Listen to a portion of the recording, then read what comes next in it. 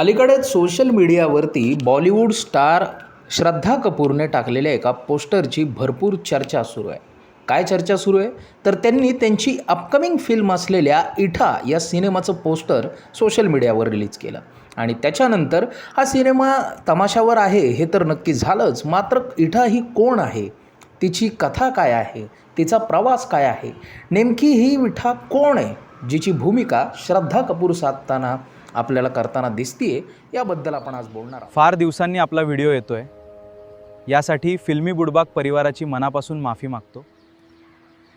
इथून पुढे नियमित व्हिडिओ आणण्याचा पूर्ण प्रयत्न करेन, हा माझा तुम्हा सर्वांना प्रॉमिस आहे.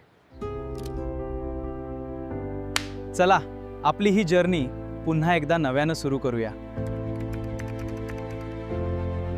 इठाच्या भूमिकेमध्ये श्रद्धा कपूर आपल्याला दिसणार आहे. ती इठा म्हणजे दुसरी तिसरी कोणी नसून महाराष्ट्राला लावणी सम्राज्ञी म्हणून परिचित असलेल्या विठाबाई भाऊमांग नारायणगावकर यांची ती भूमिका असणार आहे. विठाबाई नारायणगावकर यांचा जन्म 1935 साली जुलै महिन्यात पंढरपूरमध्ये विठोबाच्या नगरीत झाला.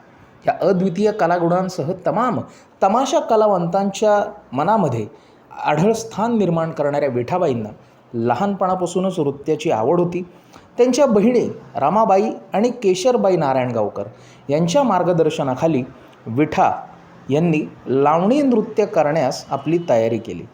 ज्येष्ठ कलावंत आळतेकर, मामा वरेरकर यांच्या कलापथकात देखील विठाबाईंनी काही काळ काम केलं. विठाबाई नंतर झाल्या. आधी लहानशा विठा या छोट्या मोठ्या कार्यक्रमांमध्ये आपल्या नृत्याचं प्रदर्शन करायच्या. सावळ्या रंगाची पण देखणा चेहरा असणारी ही नृत्यांगना म्हणजेच विठा आपल्या अदाकारीनं रसिकांच्या मनावर हुकूमत गाजवायची. असे अनेक कार्यक्रम विठाबाई करत गेल्या आणि त्यानंतर त्यांच्या तमाशाला मोठ्या प्रमाणावर लोक गर्दी करू लागले आणि तिथून विठा ह्या विठाबाई म्हणून ओळखू जाऊ लागल्या.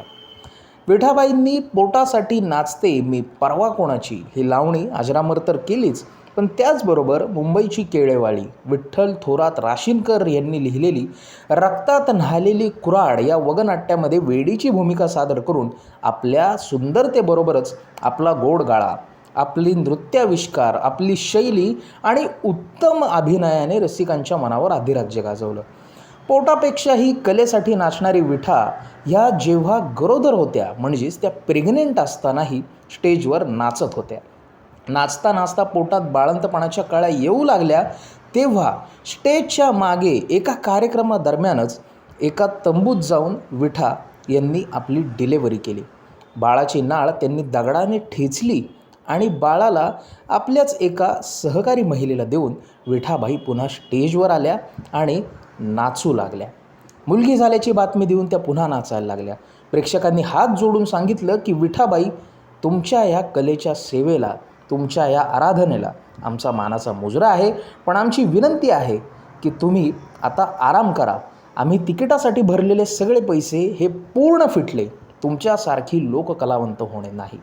आणि म्हणूनच विठाबाईंच्या जीवनचरित्राची भुरळ तमाम रसिकांना पडणं हे स्वाभाविकच होतं. भारत चीन युद्ध 1962 साली जेव्हा झालं तेव्हा आपल्या जवानांना धीर देण्यासाठी अक्षरशः युद्धसीमेवर जाऊन त्यांचं मनोरंजन करण्यासाठी विठाबाई नाचल्या देखील. राष्ट्रपतींच्या हस्ते पुरस्कार घेण्यासाठी गेलेल्या विठाला गर्दीत राज कपूरचा धक्का त्यावेळी लागला. म्हणजेच दरवर्षी जे नॅशनल अवॉर्ड्स होतात तिथे बॉलिवूडचे the great showman Raj Kapoor आलेले होते आणि तिथेच चालताना राज कपूर यांचा चुकून विठाबाईंना धक्का लागतो आणि त्यावेळी त्यांचं फेमस गीत असलेल्या ए भाई जरा देख के चलो म्हणून राज कपूरलाही अवाक करून सोडणारी विठा ही तमाशा पंढरीची दंतकथा बनून राहिली. मात्र अनेक पुरस्कार प्राप्त झालेली, प्रसिद्धीच्या उच्च शिखरावर पोहोचलेल्या विठाची आयुष्याची संध्याकाळ मात्र उपेक्षित राहिली आणि अशातच म्हातारपणी 2002 साली त्यांचा वृद्धपकाळाने निधन झालं. महाराष्ट्र सरकारने 2006 लावणी सम्राज्ञी, तमाशा सम्राज्ञी विठाबाई नारायणगावकर जीवन गौरव पुरस्कार सुरू केला. तमाशा क्षेत्रामध्ये भरीव योगदान देणाऱ्या व्यक्तींना हा पुरस्कार दरवर्षी बहाल केला जातो. आत्तापर्यंत हा पुरस्कार श्रीमती कांताबाई सातारकर, वसंत अवसारीकर, श्रीमती सुलोचना नलावडे, हरिभाऊ बडे आणि खुद्द विठाबाईंची मुलगी असलेल्या श्रीमती मंगला बनसोडे यासोबतच अंकुश खाडे, भीमा सांगवीकर, गंगाराम रेणके, राधाबाई खोडे, मधुकर नेराळे, लोकशाहीर बशीर मोमीन कवठेकर आणि श्रीमती गुलाबबाई संगमनेरकर यांना प्रदान करण्यात आला. 2019-20 या वर्षासाठी आतांबर शिरढोणकर तर 2020-21 या वर्षांसाठी संध्या माने यांना विठाबाई नारायणगावकर जीवनगौरव पुरस्कार हा जाहीर करण्यात आला होता. तर अशी होती थोडक्यात पण अतिशय महत्त्वाच्या वळणांवर घेतलेली विठाबाई नारायणगावकर यांची माहिती. खरं तर विठाबाई नारायणगावकर या मराठी माणसासाठी, तमाशा रसिकांसाठी एक गूढ आणि दंतकथा असलेली एक व्यक्ती आहे. त्यामुळे मोठ्या पडद्यावर आणि तीही श्रद्धा कपूरसारखी एक चांगली ॲक्ट्रेस कशा पद्धतीने ताकदीने विठाबाई भाऊमांग नारायणगावकर यांना उभी करते हे पाहणं येत्या काळामध्ये आपल्याला महत्त्वाचं ठरणार आहे, अतिशय इंटरेस्टिंग ठरणार आहे. त्यामुळे या सगळ्या विषयाबद्दल तुमच्या काय कमेंट्स आहेत, तमाशा या विषयाबद्दल आपले काय कमेंट्स आहेत त्या देखील सांगा. आणि इतक्या उशिरा व्हिडिओ पोस्ट केल्याबद्दल आपल्या काही कंप्लेंट्स असतील तर त्या देखील आपण हक्काने कमेंट सेक्शनमध्ये सांगू शकता. मात्र इथून पुढे रेग्युलर व्हिडिओ पोस्ट करण्याचा प्रयत्न आम्ही करणार आहोत.